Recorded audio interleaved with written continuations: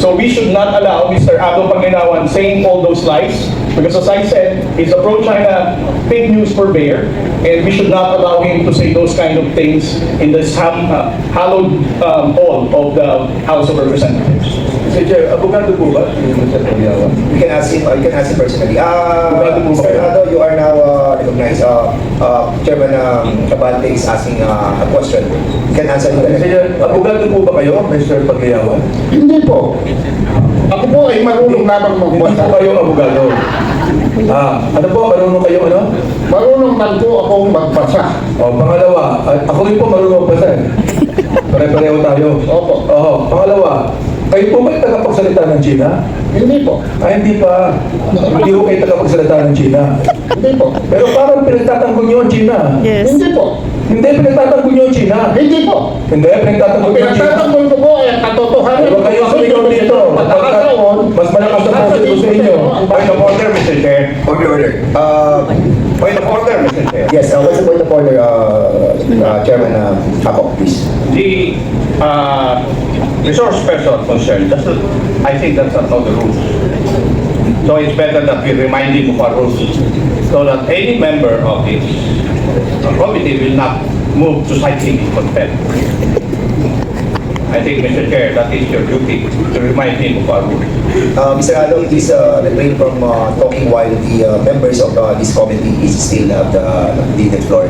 So, again, Mr. Chair. again, wait. This is a reminder to all of us, no, na mga resource persons, no, to answer, sumagot muna kapag nirecognize ko ng chairman. Para meron po tayong kaayusan sa ating pong hearing. Okay, for now, The last time I checked, I have the floor. but I beg, Mr. Chair, Congressman Apo, please. I would like to remind the resource person na kami nga rito, hindi po kami nagsasalita until and unless we are recognized by the chairman. Now, if you're not going to recognize and obey that rule, I'll be compelled to move to cite you in contempt for disrespect. I hope that is understood. Kanina pa ako rito, nakikinig. And if you not ang ibig bang sabihin na namupolitika kaya naahati ang may pumapanig sa China, may pumapanig sa Pilipino? I perfectly understand if some of the Filipinos would support a candidate, a local candidate at that.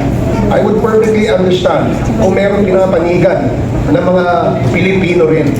Pero kung pumanig ka sa China at tinulak mo ang naratibo ng China, hindi na politika yun, pag-traidor na yun sa ating bayan. And higit sa lahat, ang nakakalungkot, Pilipino ang gumagawa po niyan. Ngayon, nabanggit kanina ni Commodore Carriera that there are some, I suppose, correct me if I'm wrong, there are bloggers who are actually pushing forward the narrative of China in the issue of West Philippines. Is that correct? Yes, Mr. Chair. Can you identify them and inform this committee kung sino-sino itong mga to? As what I mentioned during the last committee meeting, Mr. Chair, I have identified Mr. Mark Lopez and also Mr. Ado Paglinawan. He has written a lot of articles contradicting the factual narrative of the Philippine government when it comes to our fight in the West Philippines. Okay, so you also mentioned that there could be a motivation why they're pushing forward the China narrative. Is that correct? Yes, Mr. Chair. Okay, so ano kaya ang motivation na Commodore? Well, I don't have any idea behind the motivation, Mr. Chair, but we can just probably speculate for some And based on your speculation, what could have been, or what could have been the motive or motivation of these people who have been pushing forward the narrative of China? Well, looking at the incidents that happen in different countries, Mr. Chair, we know for a fact that there are people who are using pro-China narrative, whether in the United States or in Australia or any other countries, because they are being supported financially. Doon ba sa kanilang mga, did they state some facts on Kagaya po nung sinabi ninyo na sinasabi nila na kayo ang talagang traitor dahil kayo ay naniniwala sa Amerika. Tama po ba yun? Yes, Mr. Chair. And did they state some facts or dahilan kung bakit gano'n ang kanilang sinabi? They did not support such claim, Mr. Chair. They just mentioned paksila ko. And for example, for Mr. Ado Paglinawan, he always enjoyed calling me as tonto of Mr. Ray Powell. Is Mr. Paglinawan here? You are Mr. Paglinawan, sir? Opo. Okay, pwede po bang magtanong sa inyo, sir? Ano ho ang inyong posisyon tungkol sa paglalagay ng mga installations or buildings sa West Philippine Sea ng bansang China? Ano po inyong pananaw dyan? Ang pananaw ko po dito ay hindi napipinto sa pro-China o pro-US.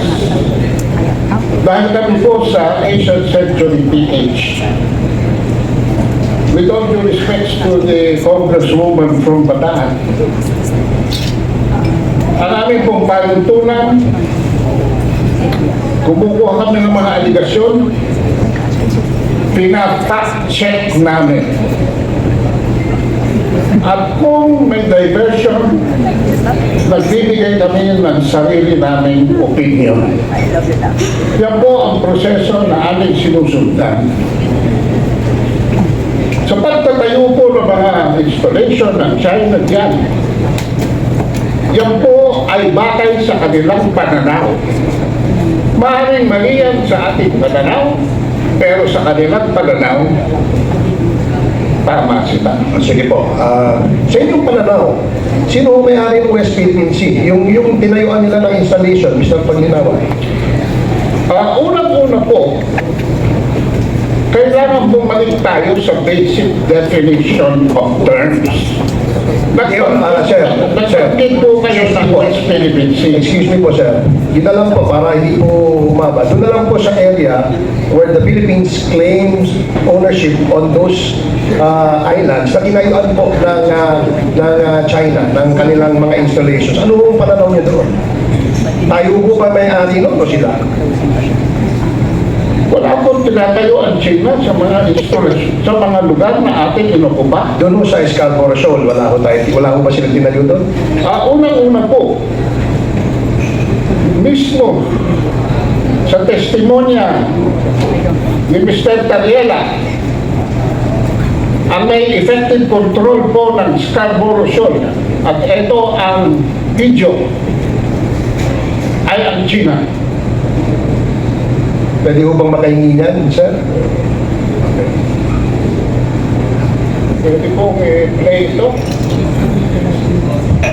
Sa aspeto po ng international law, ang pinakamataas na antas ng pagpapatupad ng batas ay ang customary law.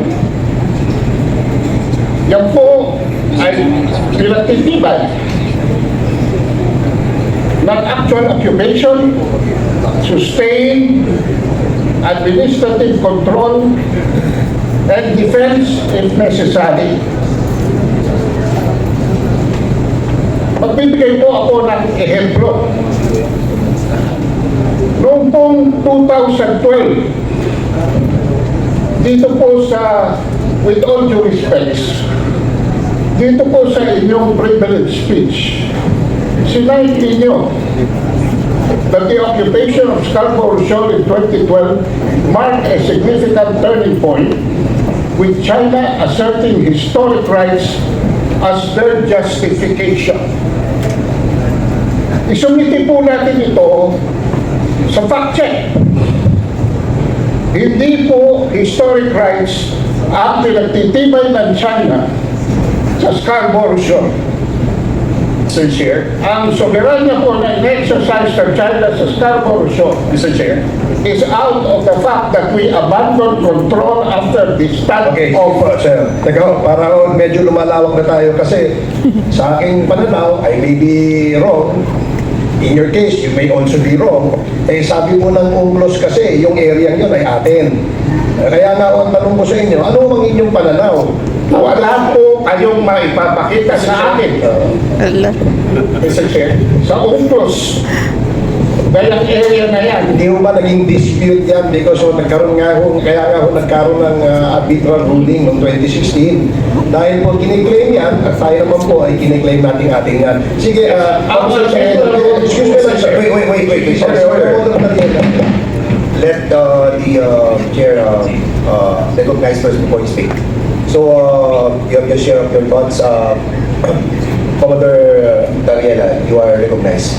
Thank you, Mr. Chair. Before we allow Mr. Ado Paglinawan to further propagate his own lives information, let me first highlight the fact there are lawyers here.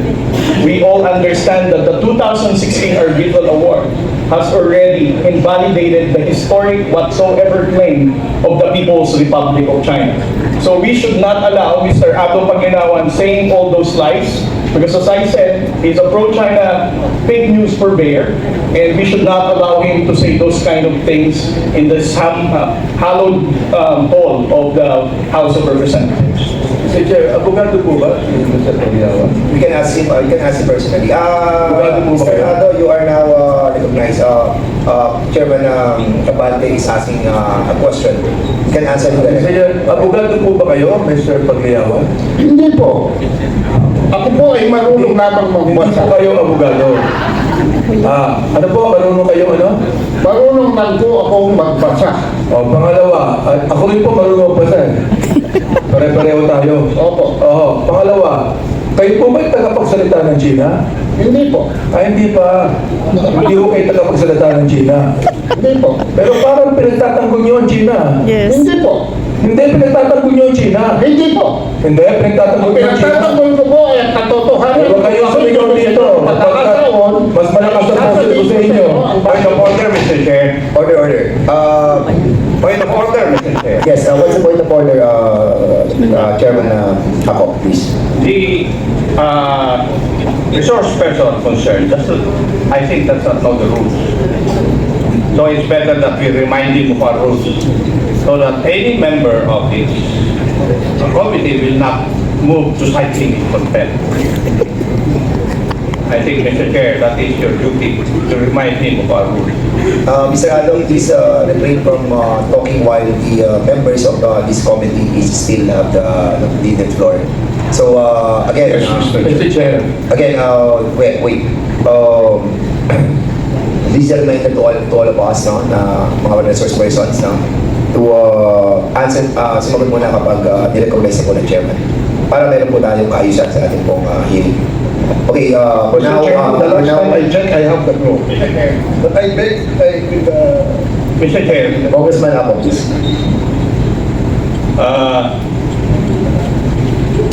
I would like to remind the resource person na kami nga rito, hindi po kami nagsasalita until and unless we are recognized by the chairman.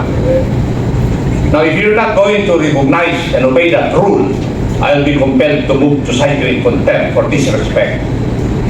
I hope that is understood. Kanina pa ako rito, nakikinig.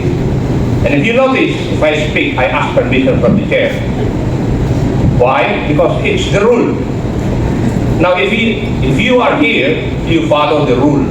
When you are in Rome, do what the Romans do. I hope that is understood. Thank you, Mr. Chair.